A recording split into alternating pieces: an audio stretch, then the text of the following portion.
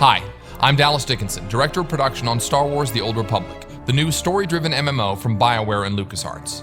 Today I'll be guiding you through the opening minutes of the Eternity Vault, a high-level multi-party operation involving an ancient prison that's been uncovered on the remote world of Belsavis.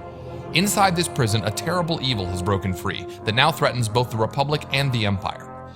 At level 50 in the game, whichever side you're on, you'll be dispatched to deal with this threat. Today, we'll be watching the first part of the experience from the Imperial perspective, beginning with the conversation with General Threnault. My lord, forgive the lack of protocol, but war has broken the chain of command, and my purpose is grave. I am General Threnault, commanding officer of the Imperial Reclamation Service. I understand you're familiar with us.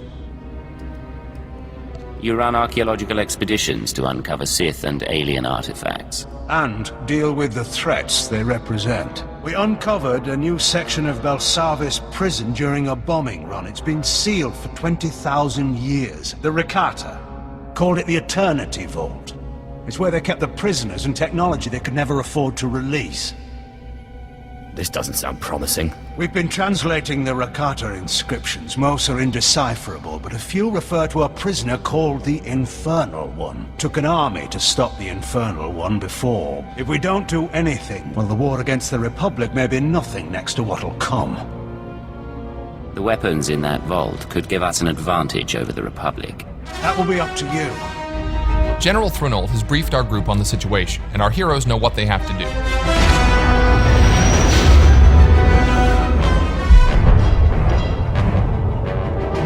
Within Belsavis atmosphere, proceeding to surface.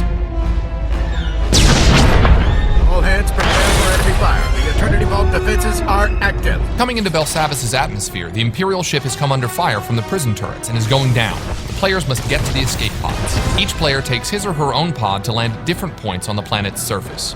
Weather conditions are extreme on this part of Belsavis. Players have to run through the snowstorm to gather up around a burning escape pod. Enter my domain. Children unknowing, they will serve. That voice belongs to the Infernal One. He knows our heroes have come for him, and he has prepared his prison fortress to repel their attack. Our players wisely take a moment to activate any abilities that can give the group defensive and offensive bonuses. They're going to need them. So as the battle begins, you can see the Sith Juggernaut. He's the primary tank for the group, and he's rushing ahead to draw fire from the turrets and the enemy droids. The Sith Assassin is the group's second tank, and he's getting in there also, drawing one of the Eternal Sentinel droids to him with his Force Pull ability. The Sith Assassin has more than just his lightsaber. He also uses lightning attacks and his Wither ability. The other members of the group are focusing their attention on the left side turret. These turrets pack quite a punch, so they need to be taken out quickly. Switching to the Sith Sorcerer, we can see that he's come under attack by some of the droids. Fortunately, the Juggernaut blasts by and gets the droid's attention. The Sorcerer gets some healing now from the Agent, who is one of the medics for the group.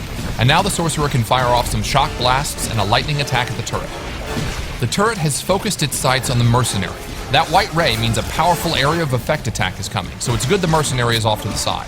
The Mercenary fires off a few Heatseeker missiles, and you can see on the bar that the group is burning down the turret's strength.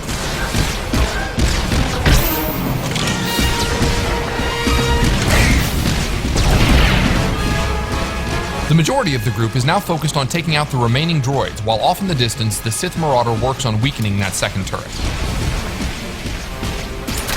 Here we see the Power Tech use his retractable blade on one of the droids, but even as one falls, more are coming in. You can see the Sorcerer here unleashing Force Storm, a wide area of effect attack to damage as many droids as possible.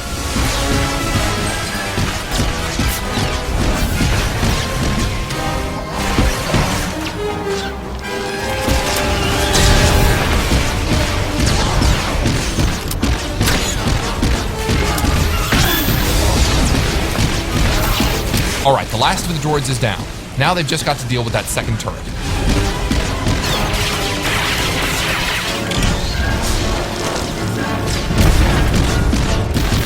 And with one last barrage of missiles, that's down too. My finest creation, machine of machines, metal enemies. worlds welded together, an allied toward Before they enter the Eternity Vault, the Infernal One has another surprise for the group. This is going to be a harder fight. The Sith Juggernaut force charges in to kick things off. We switch perspectives to the Operative, who's already firing off some heals. Note that he's got larger icons to show group members' health, front and center. A nice UI option for medics. So far, so good. The Juggernaut and Assassin are keeping the droid's attention while the others lay down damage from range. The Annihilation droid has laid down a sweep there to blast back the group members who were standing too close. Now here's where it gets complicated. When the droid starts firing off those swarms of missiles, that's deadly. Fortunately, the group knows this, and you can see them taking cover behind the destroyed turret. So most of the group is hiding, but the Juggernaut and Assassin are actually able to withstand this kind of firepower, so they're just charging right back in.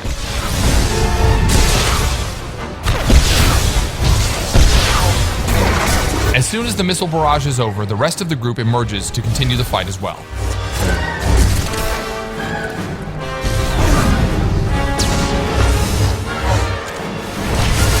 We switch to the Sith Sorcerer, who keeps his distance and keeps a steady flow of lightning streaming out to weaken the droid.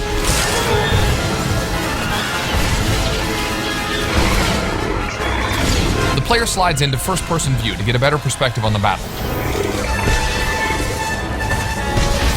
Oh, looks like the Sorcerer got a little too close and got knocked back by that sweeping arm.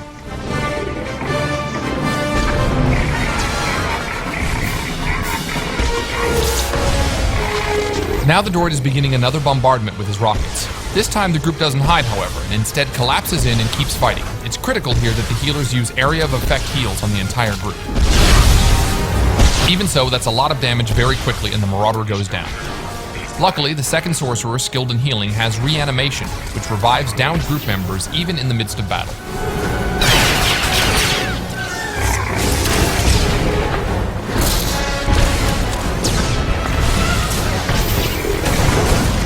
The red targeting reticle over our Sorcerer indicates that he's been targeted for a heavy missile attack. This attack will slam not only him, but